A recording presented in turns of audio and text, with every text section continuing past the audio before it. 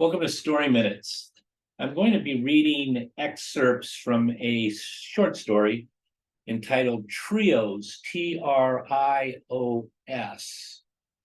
And I've included a link to the literary magazine below where you can read the story in its entirety. It's not included in my collection, Hearts Without Sleeves, 23 Stories.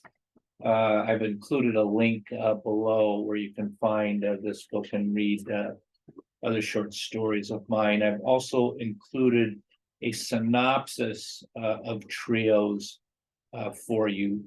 The story is long enough that I just can't read as many excerpts to keep this video short, but I'll give you a teaser in addition to the excerpts. So this is about four friends, and they grow up together. And one of them inherited a dive bar from his father, and he runs this dive bar. And these guys are all, pushing 30, and their career paths didn't turn out the way they're supposed to turn out. And each of them, in their own way, has devised ingenious, albeit not ethical, ways of making money. And every Friday they gather at about midnight.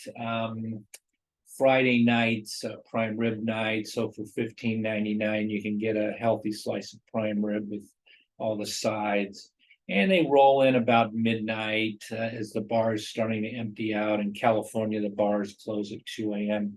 And they gather in a booth. And as their friend starts to close down the bar, they will play cards through the remainder of the night and talk about their various endeavors, their business endeavors.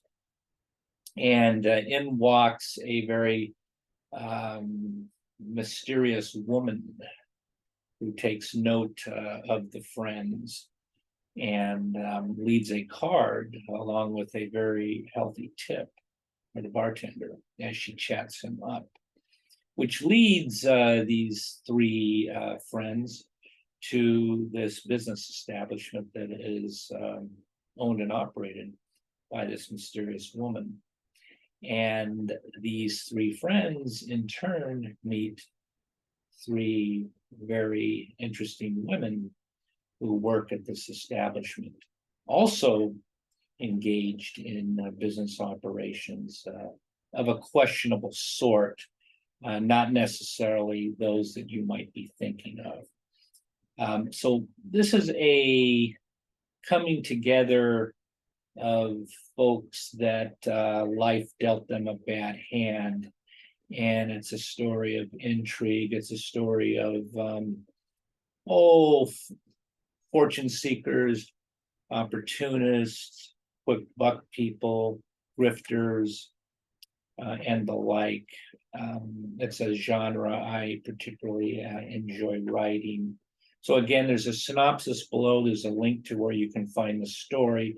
With that being said, let me read some excerpts from Trios.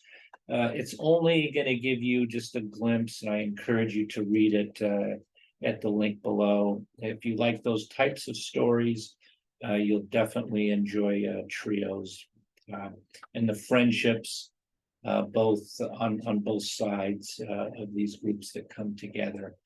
And how they coalesce at the end. Okay, let's begin. Trios. It's Friday night and approaching midnight. Dex, D-E-X, Dex, our pianist, is in fine form.